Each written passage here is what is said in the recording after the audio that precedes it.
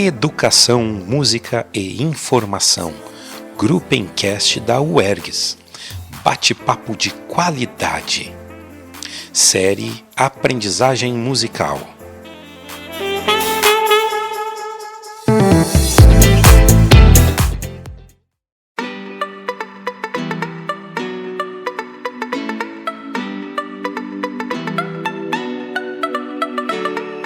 Olá, ouvintes! Está começando mais um Gruppencast, o programa de podcast do Grupo de Pesquisa Educação Musical Diferentes Tempos e Espaços, registrado no CNPq e vinculado à Universidade Estadual do Rio Grande do Sul, a UERGS, e é coordenado pela professora doutora Cristina Rolim Offenbittel. O tema desta edição do Gruppencast é Aprendizagem Musical, e a cada programa conversaremos com um convidado especial sobre essa temática. Eu sou o Simval Júnior, mestrando do programa de mestrado em Educação da UERGS, e hoje teremos uma convidada incrível que tem muito para nos ensinar sobre a teoria de aprendizagem musical de Edwin Gordon.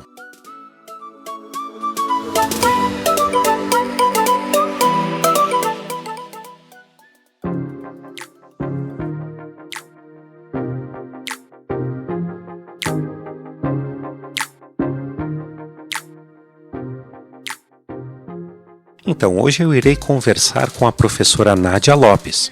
A professora Nádia Lopes é a idealizadora e coordenadora pedagógica do Panderolê Musicalização Infantil Personalizada no Distrito Federal. Ela é técnica em canto lírico pela Escola de Música de Brasília e licenciada em Educação Musical pela UNB. Ela foi a primeira professora brasileira a unir as certificações do Early Childhood Level 1, que vai de 0 a 6 anos, pelo Gordon Institute for Music Learning, o Gilmour dos Estados Unidos, com a dos níveis 1, de 0 a 3, e 2, de 4 a 6 anos, pelo Instituto Gordon de Educação Musical Hispana, o IGEMI. Ela possui 19 anos de aplicação da MLT em território brasileiro, dedicando sua vida ao aprendizado musical eficiente e transformador na primeira infância. E a partir deste trabalho, desenvolveu sua formação completa para educadores, que já teve 15 edições presenciais e 4 edições em formato online, atendendo mais de 200 educadores no Brasil inteiro, se tornando a maior formadora em Music Learning Theory do país. Seja muito bem-vinda ao Gruppencast, professora Nádia. Olá, ouvintes do Gruppencast. É um prazer estar aqui com vocês para conversar sobre o meu assunto preferido, que é a Music Learning Theory, a teoria de aprendizagem musical do Dr. Edwin Gordon. Muito obrigada, Simval, pelo convite. Saudações a todos. Que legal, Nádia. Assunto favorito meu também, e tomara que se torne o assunto favorito de muitos que estão nos ouvindo. Eu quero iniciar esse nosso bate-papo pedindo que você explicasse para os nossos ouvintes o que é a teoria de aprendizagem musical, claro, sob o teu ponto de vista. Então, a MLT, ela é justamente o que o próprio nome fala, né? Uma teoria de como as pessoas aprendem música.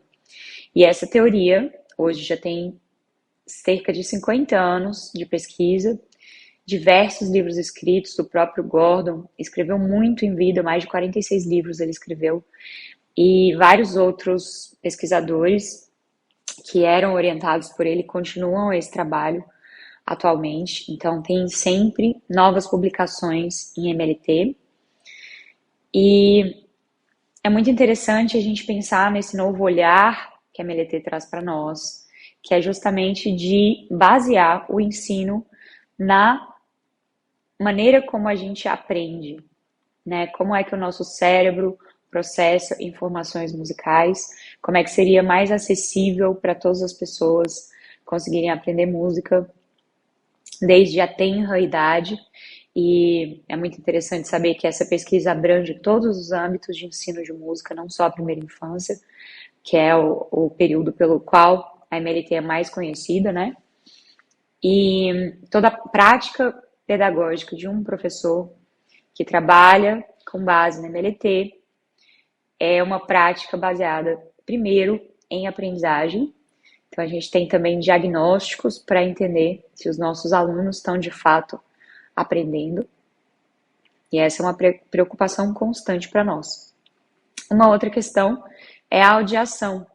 Então, a audiação, ela é um processo cognitivo com o qual nós aprendemos música, e o Gordon traz para nós que a audiação, ela é sine qua non para um aprendizado musical coerente e que conceda a possibilidade da pessoa se expressar musicalmente com qualidade. Interessante essa tua fala, pois a teoria vai ser desenvolvida em várias etapas da vida de uma pessoa, desde bebês até adultos e pessoas de idade mais avançada. Falando agora sobre a primeira infância, conforme a MLT, eu percebo como é importante a exposição precoce e frequente à música no desenvolvimento infantil.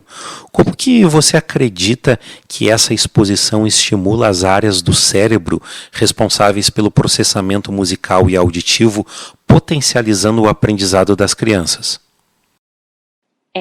Essa parte de estimulação precoce é um dos diferenciais da MLT, né, Simval?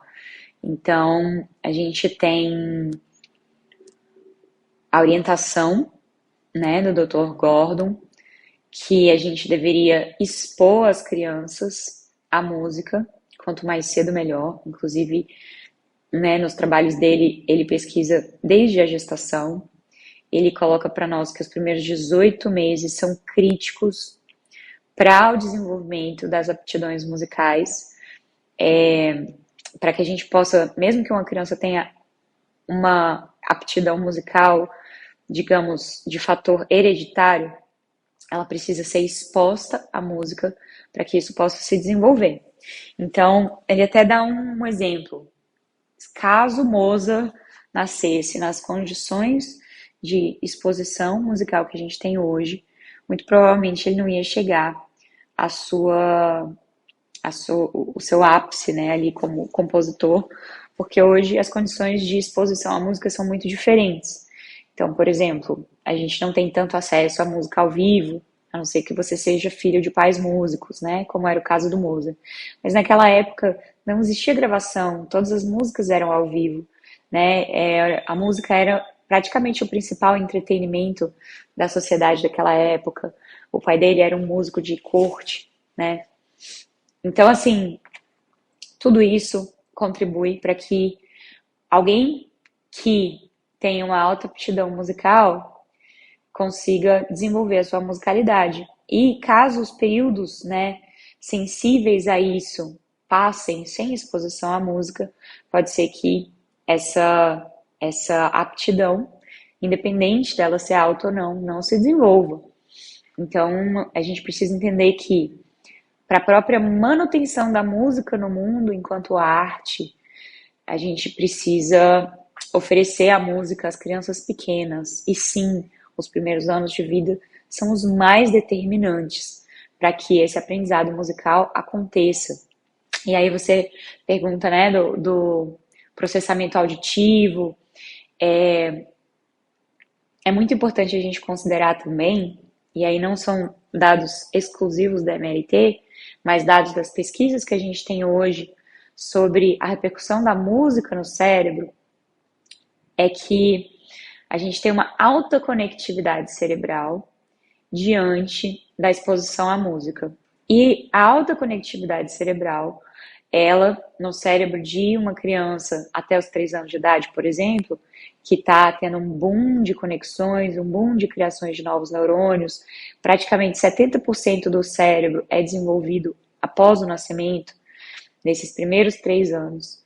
Então, eu tenho um momento ótimo para que a gente tenha um desenvolvimento da arquitetura cerebral, da conectividade entre regiões. Então, se eu tenho um cérebro mais conectado, eu tenho um cérebro mais propenso ao aprendizado. E a música pode ajudar muito nisso. Inclusive, a MLT, ela é precursora no entendimento de que a música e o desenvolvimento infantil podem andar de mãos dadas. Então, todo o ensino de música na primeira infância para a MLT ocorre em relação ao desenvolvimento infantil.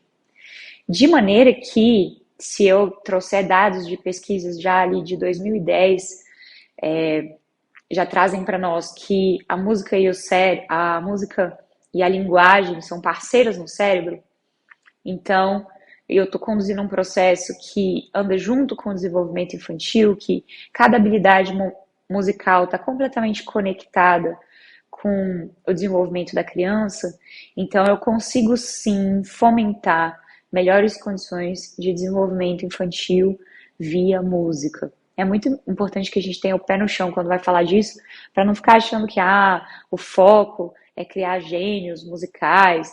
Não, o foco é ter crianças que gostam de fazer música, que apreciam a experiência, a expressão musical, que dominam vocabulários musicais e que sim tiveram acesso à música num momento ótimo para o desenvolvimento das suas capacidades quanto ao seu desenvolvimento global.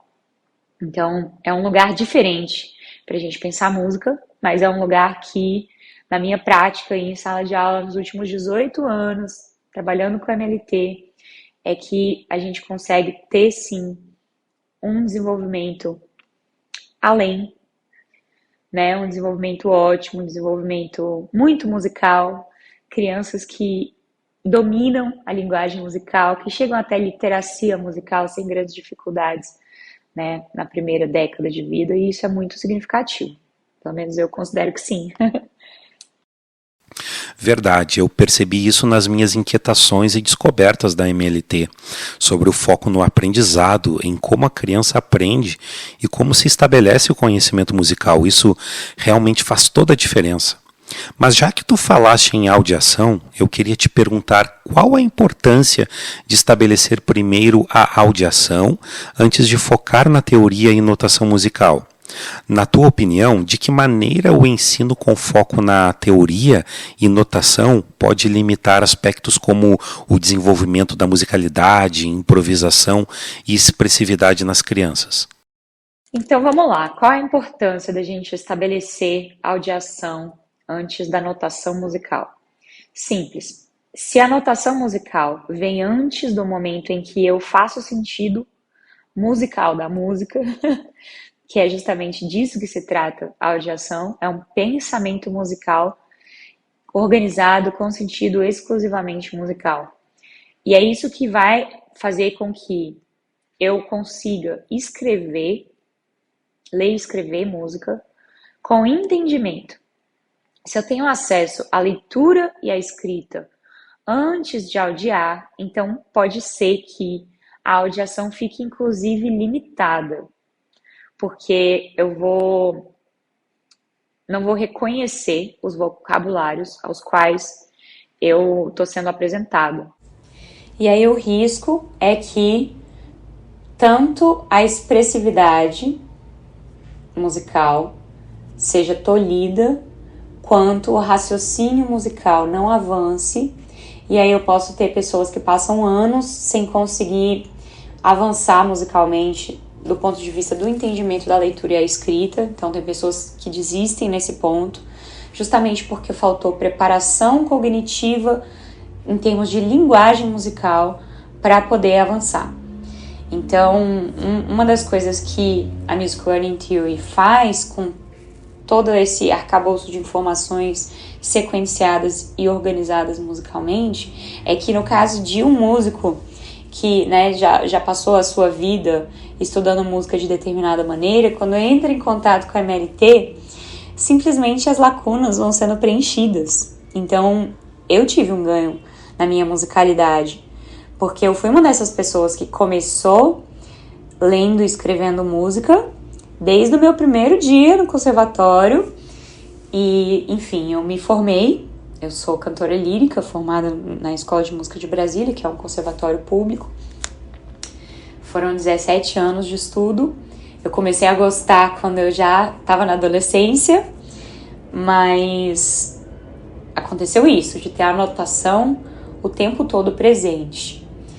E quando eu entrei em contato com as sequências e com toda a organização, a própria sequência de habilidades da MLT, eu entrei em contato com o que estava faltando, com as lacunas que estavam faltando, para me ajudar a me expressar mais e melhor musicalmente. Inclusive, o meu livro, eu não compunha, comecei a compor depois da MLT. E se não tivesse MLT na minha vida, eu dificilmente seria compositora. Então isso pode acontecer com vários músicos, tem vários professores de música que fazem os meus cursos, que não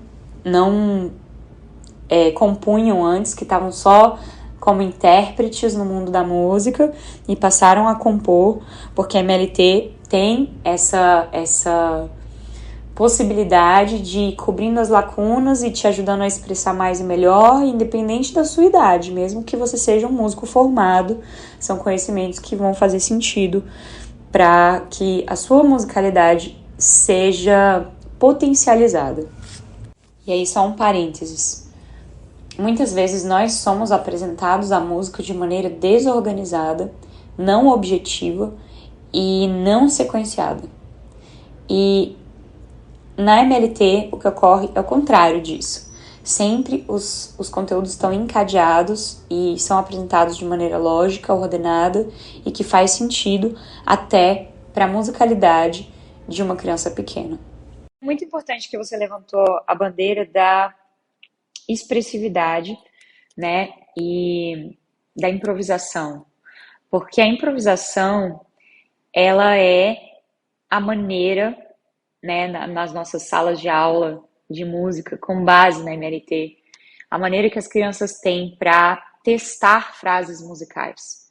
Então, elas estão aprendendo e apreendendo informações musicais.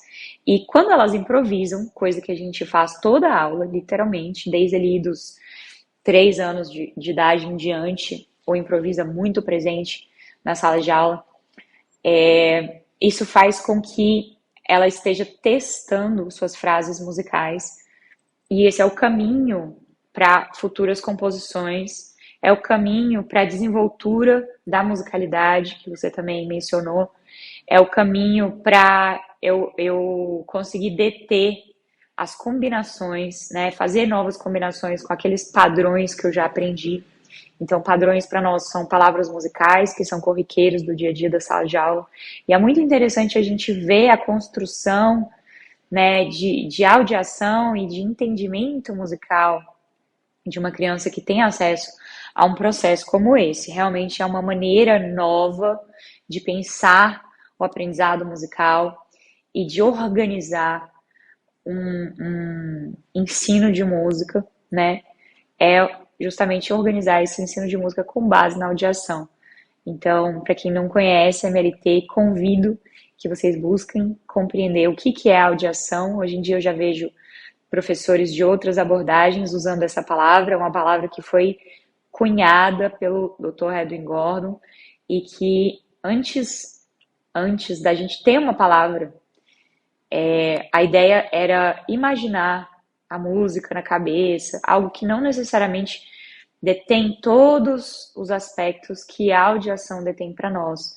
Então, o Gordon tem livros e livros a respeito disso e faz todo sentido, até para professores que, né, trabalham com outras abordagens, entender como é que funciona a audiação, porque ela é um pilar que vai auxiliar muito na desenvoltura musical de qualquer pessoa, independente de ser criança ou não.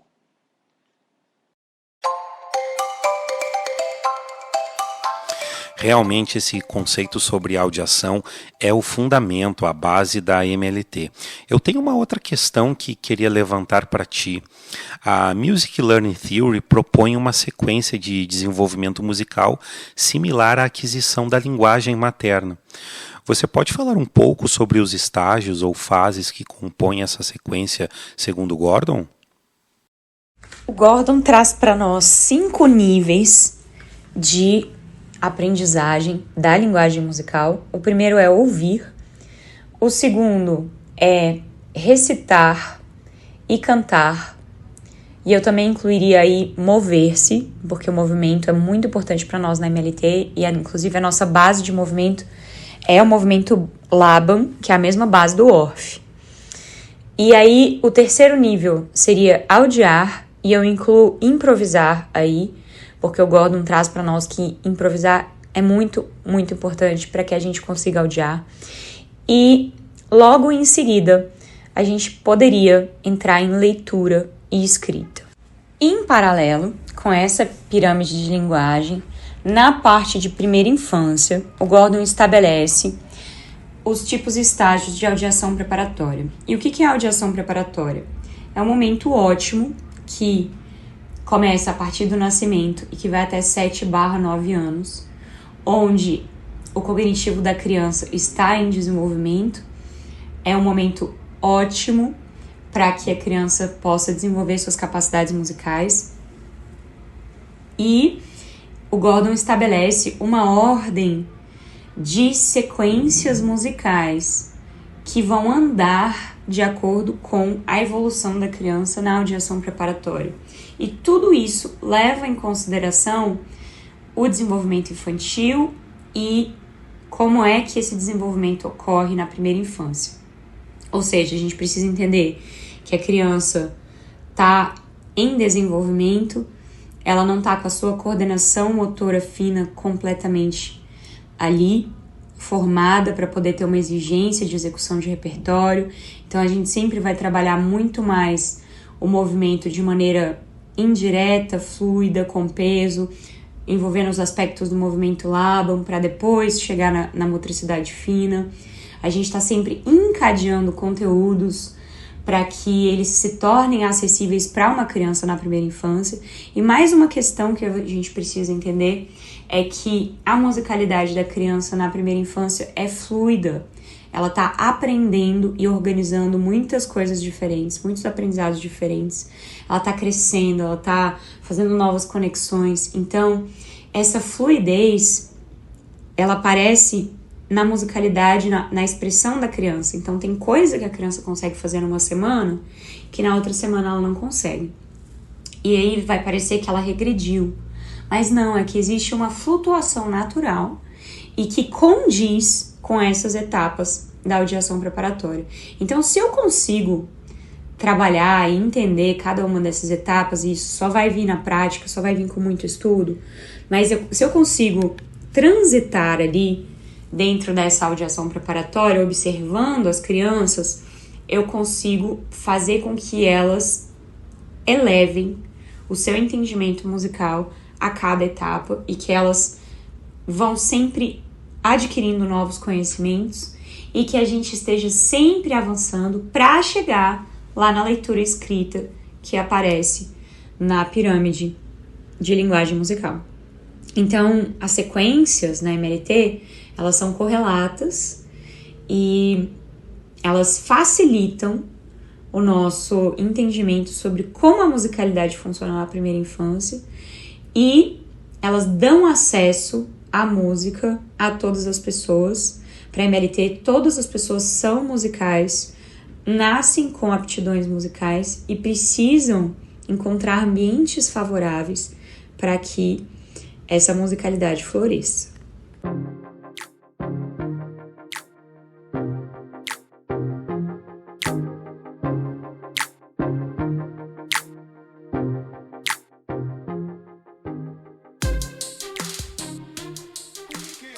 Professora Nádia, quero aqui agradecer imensamente o teu aceite em participar do Grupo Encast e tornar esse momento tão significativo, compartilhando os teus conhecimentos e ensinando para todos nós sobre a teoria de aprendizagem musical. Uma honra te ter aqui no programa e quero que tu deixes uma mensagem para os nossos ouvintes. Muito obrigada, Simval. Obrigada, Grupo Encast. Foi uma alegria enorme esse bate-papo com vocês. Eu agradeço o espaço para não só falar sobre o meu assunto preferido, mas para cumprir a minha missão, divulgando a Music Learning Theory. Hoje, o Panderolê é o principal divulgador da MLT no Brasil e é muito bom quando a gente encontra a ressonância de poder falar sobre esse assunto no ambiente acadêmico. Então, agradeço muitíssimo e fico à disposição para futuros encontros. Um grande abraço e até a próxima.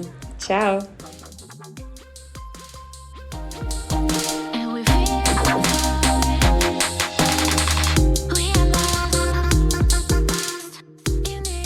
Então, chegamos ao final de mais um Gruppencast.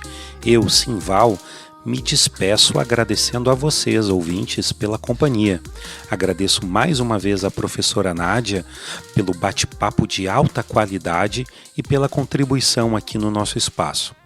E nos acompanhe nas nossas redes sociais. A partir do site Diferentes Tempos e Espaços, você estará a par de todas as nossas ações e atividades. Um abraço e até a próxima!